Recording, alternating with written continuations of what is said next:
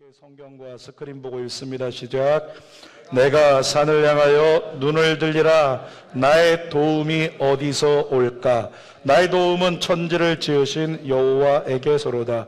여호와께서 너를 실족하지 아니하게 하시며 너를 지키시는 이가 졸지 아니하시리로다. 이스라엘을 지키시는 이는 졸지도 아니하시고 주무시지도 아니하시리로다. 여호와는 너를 지키시는 이시라. 여호와께서 내 오른쪽에서 내 그늘이 되시나니 낮에 해가 너를 상하게 하지 아니하며 밤의 달도 너를 해치지 아니하리로다. 여호와께서 너를 지켜 모든 환난을 면하게 하시며 또 내 영혼을 지키시리로다.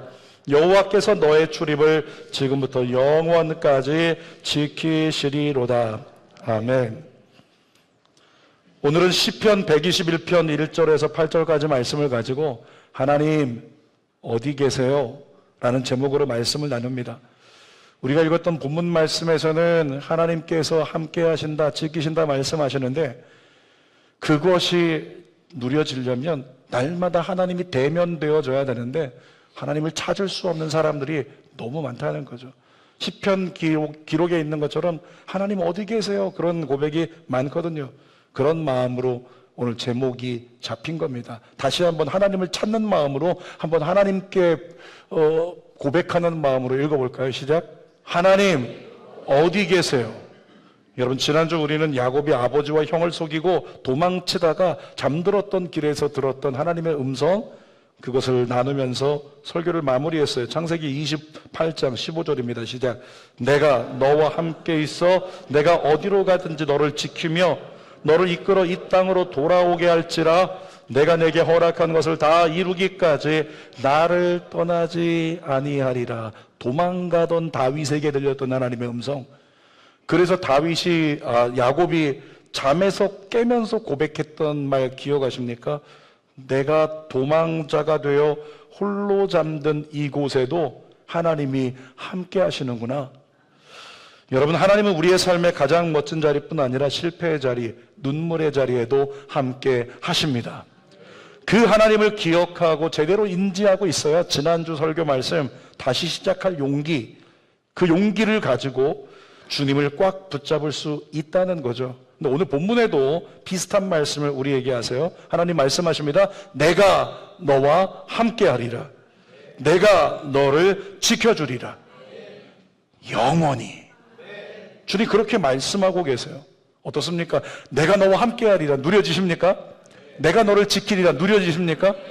그러면 우리에겐 평강이 있어야 돼요. 샬롬이 있어야 돼요. 요동하지 않는 그 반응이 우리 안에 있어야 된다는 거죠. 근데 우리 실제로 그렇지 못하잖아요. 그러니까 사실 우리는 믿는 게 아니라 주님이 나와 함께 하신다, 주님이 날 지켜주신다, 성경에 써 있다고 알고 있습니다. 이것이 맞죠.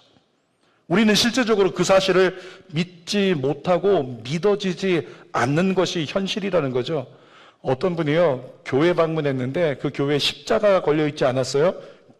십자가가 없어가지고 자꾸만 두리번거리는 거죠. 십자가 어디 있을까? 십자가 어디 있을까? 그분의 증언인데 십자가가 교회에 안 걸려있으니까 마음이 불안하더래요. 여러분 사실은 마음이 불안하고 불편한 게 아니라 눈에 보이는 의지할 대상이 없어서 그것 때문에 불안했던 거죠. 눈에 보이는 대상이 있어야 되는데, 그런데 어떤 교회를 갔더니 큼직한 십자가가 성전에 걸려 있으면 왠지 예수님께서 저기 계신 것 같은 안정감을 느낀다, 이런 얘기를 하게 됩니다. 여러분 비슷한 이유로요, 독실한 불교 신자들은 절에 가서 큼직한 좌불상 앞에 딱 서면 그때가 가장 마음이 편해진대요. 여러분 신앙생활 열심히 하시는 분들 중에서는 영적으로 예민하고 그러면 좌불상 앞에 가면 어떻습니까? 막 숨이 안 쉬어지고 답답하고 막 화가 나고 엎어버리고 싶고 그런 마음도 있잖아요. 그런데 정말 독실한 불교 신자에게는 그 커다란, 그래서 너무 거북스러운, 두려워 보이는 그 좌불상 앞에 딱 서면 마음이 편안해진다는 거죠. 그것이 바로 눈에 보이는 신의 효과예요. 당장 내 눈앞에 신이 보이니까 그 신이 나를 지켜줄 거라는 안정감이 생긴다는 거죠, 인간 안에. 이스라엘 백성들이 광야 여정할 때요, 모세가 시내산에 올라갔습니다. 내려오지 않고 있었어요. 그래서 이스라엘 백성들이 아론을 부추겨가지고 우리를 인도할 신을 만들라, 그렇게 요청했습니다. 그때 출애굽기 32장 4절의 기록은 이렇게 이야기를 하고 있어요. 같이. 아론이 그들의 손에서 금고리를 받아서 부어서 조각칼로 새겨 송아지 형상을 만드니 그들이 말하되 이스라엘아, 이는 너희를 애굽 땅에서 인도하여 낸 너희의 신이로다 하는지라. 여러분, 이 한 구절 속에 담겨 있는 이스라엘 백성들의 심리 상태가 느껴지나요? 모세가 시내산에 올라갔어요. 모세가 인도했고 모세가 하나님 음성 들었기 때문에 모세가 없으면 우리는 죽은 목숨. 근데 시내산에 올라가서 내려오질 않고 있는 거예요. 불안합니다. 답답합니다. 이렇게 버려지는 거 아닌가? 그런데 아론을 부추겨가지고 모세는 죽은 것 같으니까 우리를 인도할 신을 만들자. 금기골이 다 모아가지고 금송아지 신 딱 만들어 놓고 뭐라고 얘기했다고요? 이는 너희의 신이로다. 여호와라고 이름을 지었다는 거예요. 그 순간에 이스라엘 백성들 마음 가운데 보여지는 안정감, 눈에 보이는 신을 만났다라고 하는 안정감, 그것이 인간의 한계예요. 여러분, 그런데 우리가 하나님을 믿지만 하나님이 눈에 보입니까? 하나님 눈에 안 보여요. 여러분, 우리가 하나님 말씀을 많이 배우고 있지만 실제적으로 말씀을 잘 믿지 않습니다. 만약에 말씀을 믿는다면 우리의 삶은 말씀대로 살게 될 거예요. 근데 말씀을 알고 있지만 우리는 말씀대로 안 살거든요. 그것은 무엇을 증거하느냐? 말씀을 믿지는 않는다는 거죠. 여러분, 말씀이 믿어지지 않는 그 이유가 뭐냐면 그렇게 말씀하셨다는 하나님을 볼 수 없기 때문에 그래요. 그럼에도 불구하고 선포합니다. 저와 여러분은 말씀을 붙잡아야 살 줄 믿습니다. 자, 세 가지를 나눌 텐데, 첫 번째, 눈에 보이는 도움을 구하는 것이 인생이에요. 자, 시편 121편 1절과 2절을 읽어보겠습니다. 내가 산을 향하여 눈을 들리라. 나의 도움이 어디서 올까? 나의 도움은 천지를 지으신 여호와에게서로다. 여러분, 시편 기자가 얘기하고 있는 거예요. 눈을 들어 산을 보라. 높이 있다는 것을 다 쳐다보라. 도움이 어디서 오나? 그리고 깨달아라. 2절입니다. 나의 도움은 천지를 지으신 여호와께로다. 이렇게 기록을 했는데, 이 성경을요, 공동 번역 성경에는 아주 디테일하게 우리의 심리 상태를 잘 반영했어요. 동동 번역 성경으로 1절을 다시 한번 읽어보겠습니다. 이 산 저 산 쳐다본다. 도움이 어디에서 오는가? 누구의 모습이에요? 우리의 모습이에요. 힘들고 어렵다면 이 사람이 나의 도움일까? 저 사람이 나의 도움일까? 여기저기 기웃거리면서 누가 날 도와줄까? 누가 날 낫게 해줄까? 좀 용하다 싶은 의사 있으면 거기 찾아가 볼까? 저기 찾아가 볼까? 주 앞에 머무르지 않고 여기저기 기웃거리고 있는 그 모습이 인간의 모습이라는 거죠. 그러니까 인간은 본능적으로 눈에 보이는 도움, 이 산 저 산 쳐다보면서 눈에 보이는 도움을 찾는다는 거죠. 여러분, 그런데 그리스도인이 누구입니까? 하나님을 믿는 사람들이잖아요. 다른 말로 할게요. 하나님을 신앙하는 사람. 그가 바로 그리스도인이에요. 한 150번 정도 묻는 것 같은데, 여러분, 신앙이 뭐라고요? 무슨 신? 믿을 신. 무슨 앙? 우러를 앙. 그러면 신앙이라고 하는 것은 믿는 분을 바라보는 게 신앙이에요. 다시 말하면 이 산 저 산 쳐다보지 말고, 이 사람 저 사람 쳐다보지 말고 내가 믿는 하나님을 바라보는 것, 그것이 신앙이라고.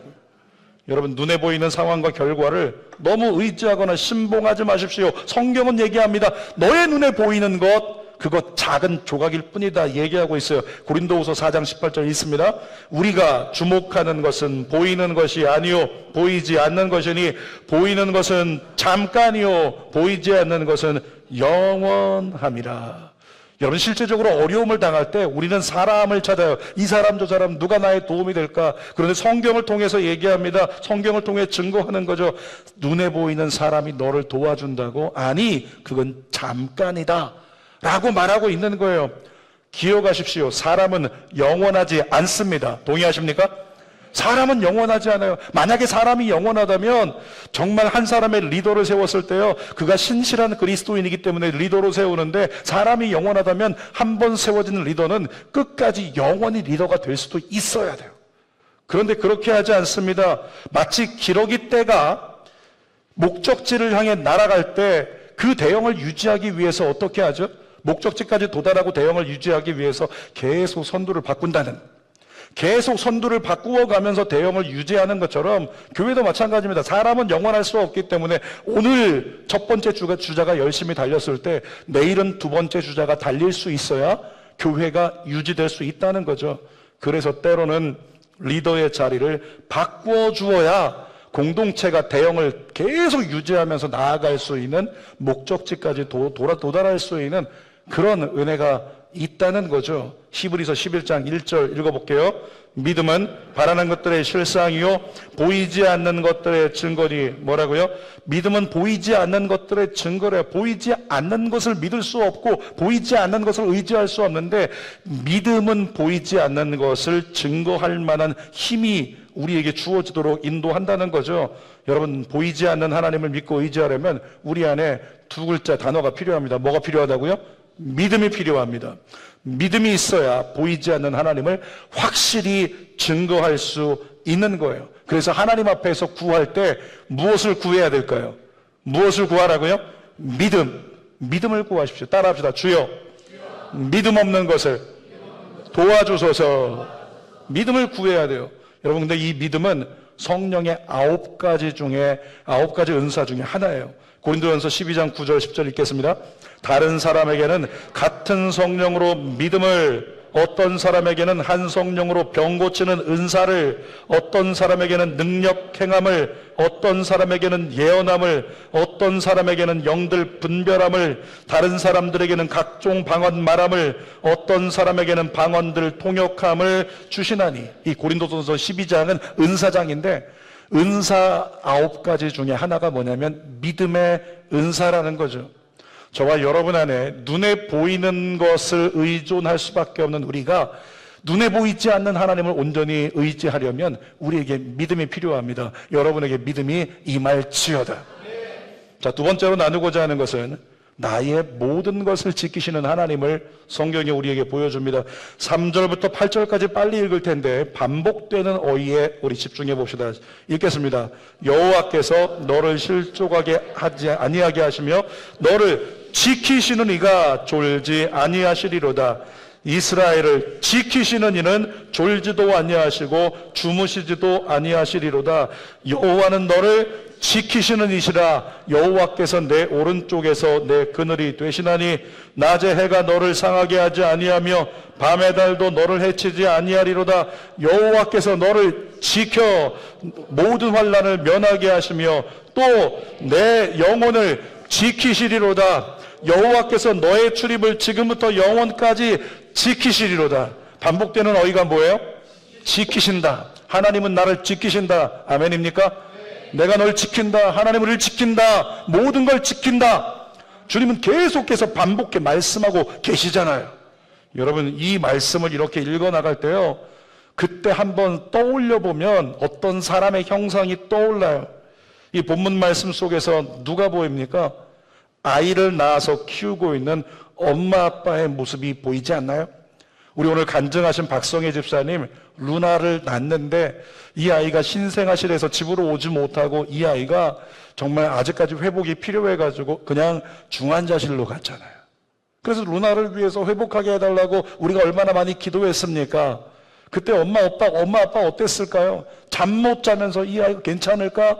이 아이 문제 없을까? 나중에 집으로 왔는데도 염려스러워서 잠 못 자고 아이가 조금만 인기척 있으면 괜찮을까? 문제 없을까? 그러면서 그 아이를 지켜보고 있는, 지켜내려고 애쓰고 있는, 그것이 부모의 모습인데, 여러분, 우리 하나님의 여러분을 향한 모습이 그렇습니다.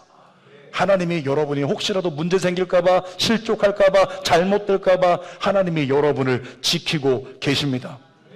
어떤 영상을 보았는데 암탉 한 마리가 닭장에서 병아리 8마리를 이렇게 품고 있는 거예요. 그리고 나머지 달걀이 또 부화를 기다리고 있기 때문에 이 암탉이 움직이지 않고 있어요. 그런데 지붕에서 뭐가 하나 스물스물 기어오는데 보니까 구렁이였어요.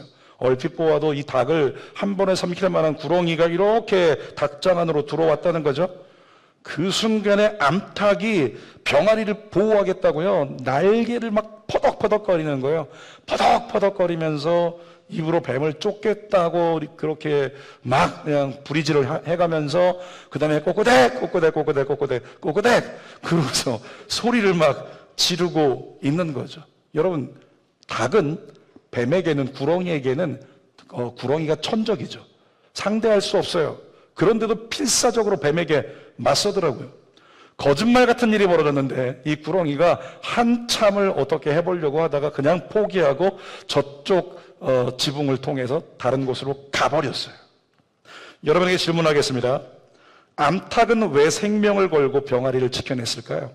자기도 삼켜질 수 있는데 왜 생명을 걸고 그 병아리를 지켜냈겠습니까? 이유가 뭘까요?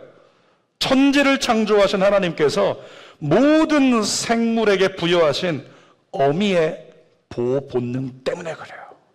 모든 어미된 자들에게 하나님께서 부여하신 보호 본능, 내 새끼를 보호해야 된다라고 하는 그 보호 본능 때문에 자기 목숨을 잃을 수도 있지만 그 병아리를 지켜내겠다고 뱀에 맞서 싸웠다는 거죠.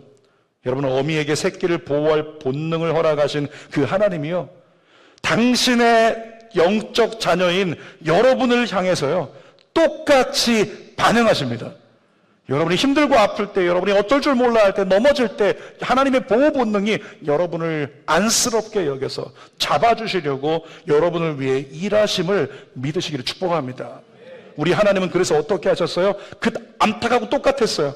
목숨을 걸고서라도 자기 새끼를 지켜내려고 자기 새끼의 안위를 지켜냈다는 거죠. 그래서 어떻게 했습니까? 예수님을 이 땅에 보내셨잖아요. 예수님의 생명을 버려서 화목제물로 보내셔서 우리의 죄를 사하시고 구원하셨죠. 여러분, 우리를 향해 똑같은 보호 본능을 가지신 분이 우리의 영적인 아버지신 하나님이세요. 그런데 사실 하나님은 그렇게까지 할 필요가 없었거든요. 왜냐하면 우리는 하나님의 친자가 아니란 말이에요. 성경 로마서 8장 15절 읽어봅시다. 시작. 너희는 다시 무서워하는 우리가 아빠 아버지라고 부르짖느니라. 우리가 누구라고요? 양자의 영을 받은 자래요. 한마디로 하면 양자라는 거예요. 친자가 아니라는 거죠. 양자라는 것입니다. 그럼에도 불구하고 입양된 양자를 위해서 친자이신 예수님을 희생시키면서까지 우리를 사랑하시고 구원하신 하나님의 사랑, 여러분 안에 잊지 않게 되길 바랍니다. 저희 제자 중에서요, 어렸을 때는 아빠와 찐친이었어요. 그래서 아빠와 함께 그냥 좋아서 늘 아빠 무릎에서 지내고 아빠와 함께 잠들고 아빠 난 커서 아빠하고 결혼할 거야 이랬던 아빠와 딸이 있었다는 거죠.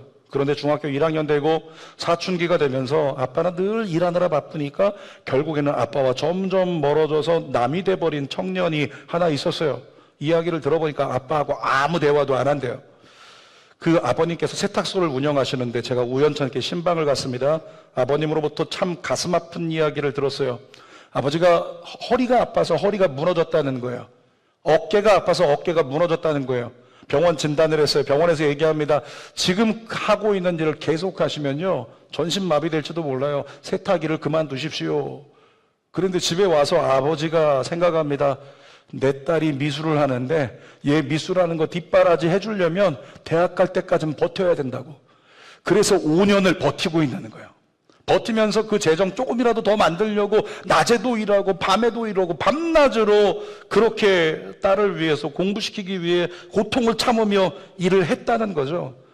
그런데 그 아빠를, 중학생이 된 딸은요, 우리 아빠는 일밖에 몰라, 이젠 안 놀아줘, 일밖에 모르는 사람이라고 한 집에 살지만 그렇게 안면몰수하고 단절된 채 지냈다라고 하는 거죠. 제가 그 아버님을 이렇게 안아드리면서 위로해드리고요, 기도해드렸어요.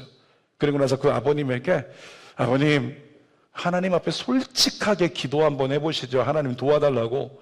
그때요, 그 아버님께서 이렇게 기도하셨습니다. 눈을 감더니 눈물을 그냥 뚝뚝 흘리면서, 하나님, 제가 우리 딸을 너무 사랑합니다. 하나님, 제가 우리 딸을 너무 사랑합니다. 제발 우리 딸이 다시 한 번만 저를 보고 웃게 해주세요. 그거 보고 싶어요, 하나님.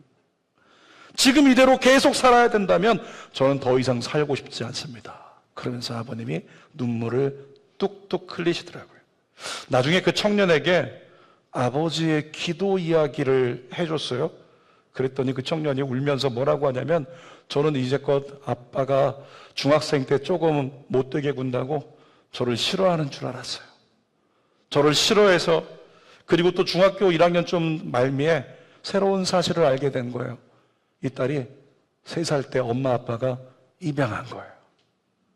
엄마 아빠가 입양한 걸 알고 그렇게 입양해서 나를 미워하는구나, 날 싫어하는구나, 이젠 나와 시간도 안 보내는구나, 딸은 그렇게 생각하고 나도 당신하고 관계하지 않겠다. 그렇게 원수처럼 5년 이상, 6년 이상을 지냈다라고 하는 거죠. 그런데 이 아빠는 뭐라고요? 3살 때 입양해 온 딸인데 그 딸 미술 공부 시키겠다고, 허리가 무너져가고 어깨가 무너져가고 전신마비가 올 수 있다는데도 참고 밤낮으로 그 딸 하나만을 위해서 일하느라 결국 딸과의 관계를 잃어버렸었다는 거죠. 나중에 그 딸이 아빠에게 편지를 쓰게 됐고 아빠와 화해하게 됐고, 정말로 행복한 그 아빠의, 목사님 이제 너무 행복합니다. 이제 죽어도 여한이 없어요. 우리 딸이 제가 좋대요.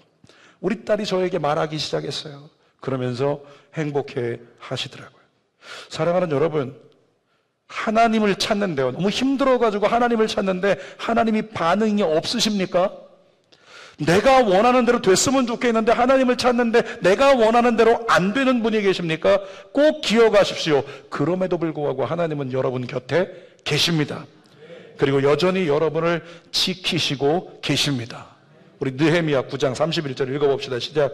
주의 크신 긍휼로 그들을 아주 멸하지 아니하시며 버리지도 아니하셨사오니 주는 은혜로우시고 불쌍히 여기시는 하나님이심이니이다. 그 하나님께서 여러분을 지켜주십니다. 자, 세 번째로는 눈에 보이지 않는 하나님에 대해서 함께 나눕니다.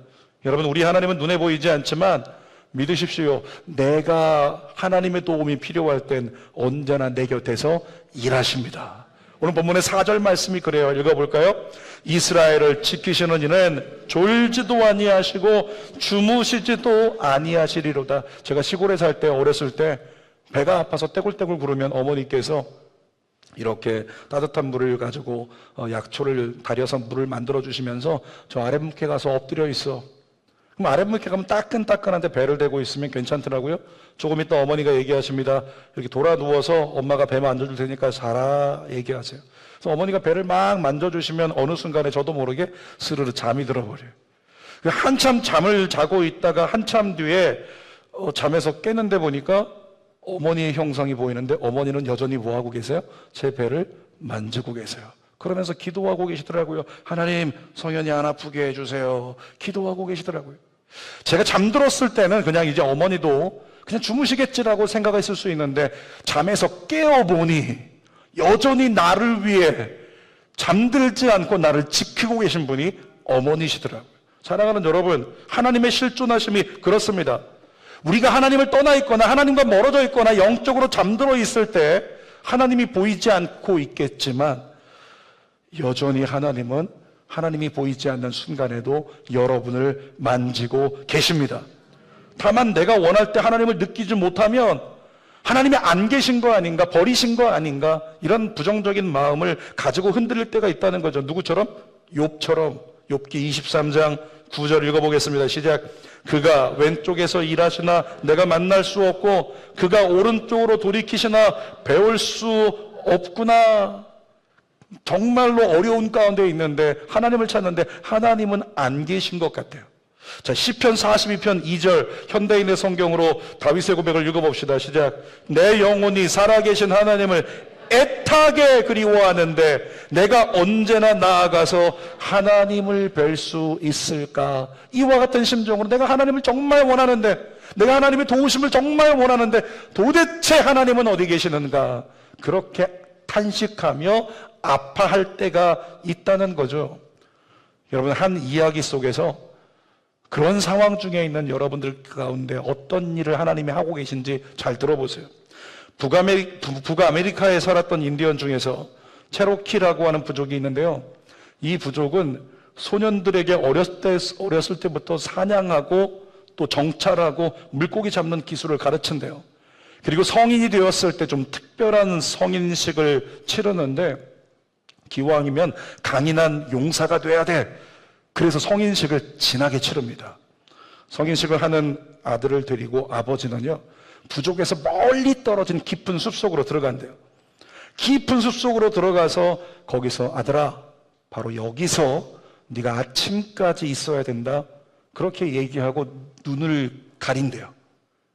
눈 가리개를 가지고 깊은 숲속에서 눈을 가려버리고 아버지는 떠나는 거예요. 그러니까 아들 혼자 거기서 새벽이 올 때까지 있어야 된다라고 하는 거죠. 여러분, 허산 아니에요. 운유산 아닙니다.